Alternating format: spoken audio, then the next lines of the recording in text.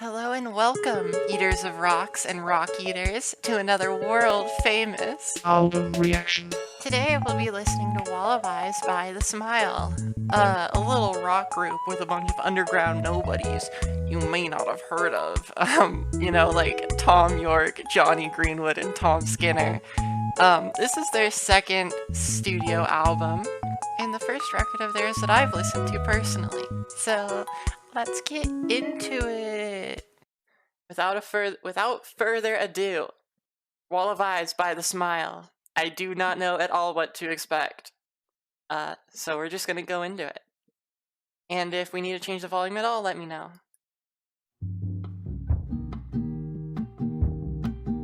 This is quite an atmospheric track thus far. The eerie strings. With Tom's vocals. It's kind of droning. This track is just insanely atmospheric.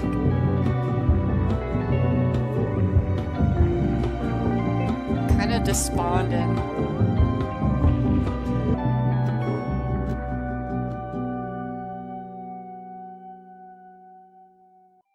Okay, before I give scores for the track and give my thoughts, again, every time I do scores, I'd like to highlight and say, 1, scores are stupid, scores are dumb. 2, this is my first time listening through this, so none of my opinions, thoughts, scores, none of these are final and are subject to change. And 3, this is an 8. I'm wondering if the tracks are going to follow the same vibe. I like what you said about it, Trix, that it feels dissociative. Tom York's vocals are perfect. The strings are eerie. It's pretty good. I enjoyed the first track. Very, very heavy atmosphere. Alright, let's go. Second one, Tonic Harmonic. Yeah, this seems like it's gonna end up being a quite atmospheric track also. I agree, it does, like, the title of the album and the art as well all match the sound extremely well. The lyrics also match the sound exceptionally well. They kind of feel longing and hollow. I might enjoy this track even a little bit more than the first track. Maybe I'm just getting more used to the sound, I'm being more pulled into the album. The vocals sound so longing. That was beautiful. Again, probably an 8 again for me, but maybe a stronger 8 than the last one. And rather than events occurring, it feels internal. It feels within. I don't know if I'm making any sense, but alright, we'll go next track. This one's given me a bit more to latch onto than the other tracks have so far. Some nice groove. Oh, I'm liking this. It definitely is heading into different directions than the other tracks we've listened to though so far, but it still feels very much like part of this album. I feel like this album is doing so much with, like, it's doing a lot with a little. It's kind of a bomb. And in the context of the album, I feel like this one has been quite a standout track, in my opinion. I think so. Woo! It was a lovely track. I enjoyed that quite a bit. It maybe at the very end I was feeling it a little bit less than at the beginning, but it was varied, it was entertaining the whole way through. It fits really well, I feel, in the context of the album. It might be my favorite track so far, but I felt like the end of it was a little, I don't know, maybe not weak. I'll have to give it another listen. I'm thinking somewhere in the realm of an 8. Alright, Under Our Pillows. Let's go. Oh? Another kind of groovy start? This one feels very math rocky. rhythms are super interesting. Oh, that's a beautiful line. Tom York's vocals are so good. That's crazy sounding. It's so subtle but powerful. I'll let the transition play before I pause and talk about this track. Oh, it's building.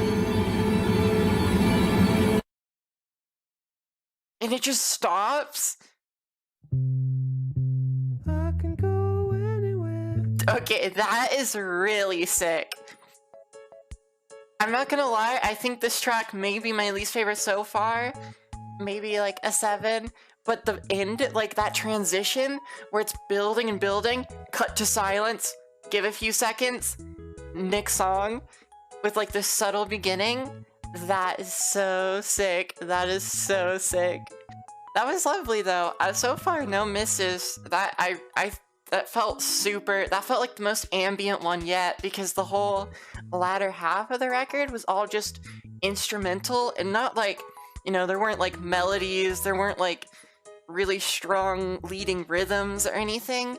It was just like this droning noise and then like occasional like maybe found sounds plus like some computer noises. I don't know. Like it was very, very atmospheric, very vibey, very good, and it built up at the last second, dropped off, complete silence. Super sick. I can totally see the Beatles comparison, which is like, it's strange to say because it's like fucking Tom York singing here. And it's like cursed the Beatles.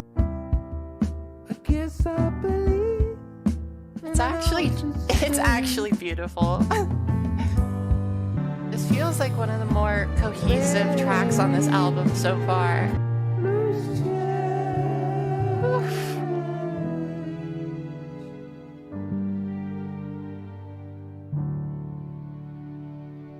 So gorgeous.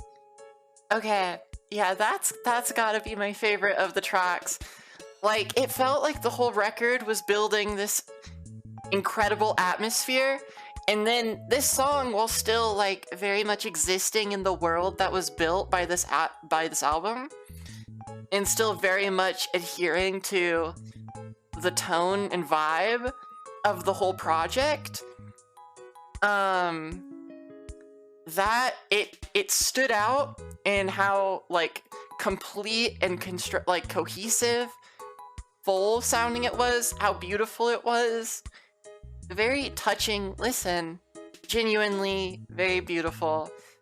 I'm thinking maybe I don't know if it's a 9, a strong 8, maybe a light 9. Again, ratings are bullshit and stupid.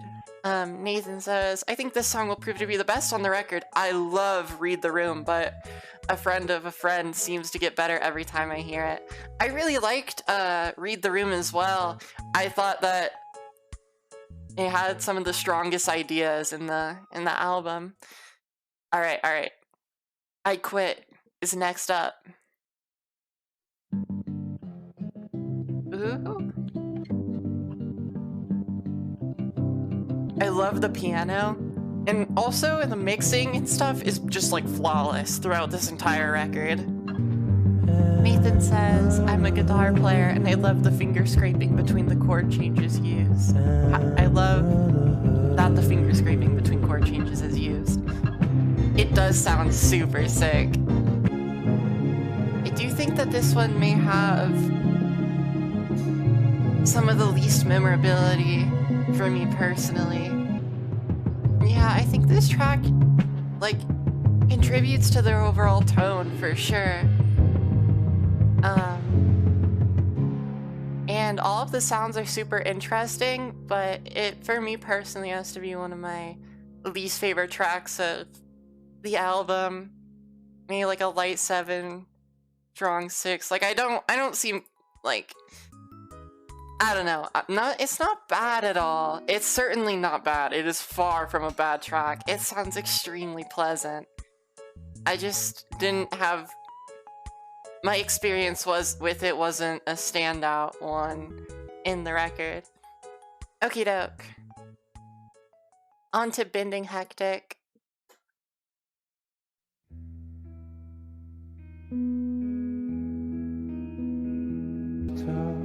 It really feels like it's leaning into every sound going forward, like it pulls you into it. This might be an insane comparison, but it kind of reminds me of like Snow Globes by Black Country New Road. This song is just as gentle and atmospheric as all the other tracks, but I can't, like, it has me listening so attentively. Finley says, apparently Johnny split his finger from playing this because of how far he had to bend the strings. Is that real? Ooh. What is happening?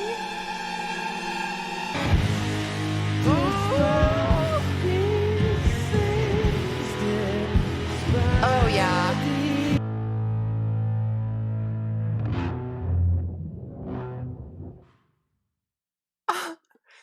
Oh, what the fuck? That's like a fucking 8-minute long masterpiece. That's definitely my favorite track so far. 9? Strong 9? I don't know, ratings are dumb. That was amazing though, genuinely. Oof. Oof. I don't even know how to process that. There's a lot going on. And it still feels so fitting in the album as a whole. That was sick. The guitar part was so cool. The building strings was insane. The wonderful track. I really enjoyed that. Oof. Okay, on to You Know Me. Me says this is a really fitting closer after Bending Hectic. Yeah, I agree. It definitely feels less of a standout, but very pleasant.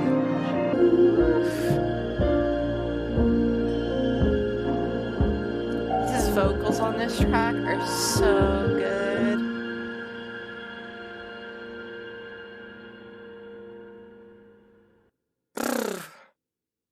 Damn! Well, that's the album. Thank you everyone for listening with me. It's gorgeous, it's gorgeous. I think the highlight tracks for sure were Bending Hectic and maybe and Friend of a Friend. It's well produced, like insanely well mastered. I really like the exploration of sound that they do. Again, ratings are stupid, and this is not a final thing, but this sits somewhere around an 80 for me, an 8. Thank you everyone who was watching this alongside me. Your presence here means the world to me. You're all the best. Thank you, thank you, thank you, thank you, thank you. You're valued and loved and meaningful. And if there's any albums in the future that you want me to react to or stream, just let me know in the Discord server. Alright, thank you guys. Bye-bye. Bye-bye.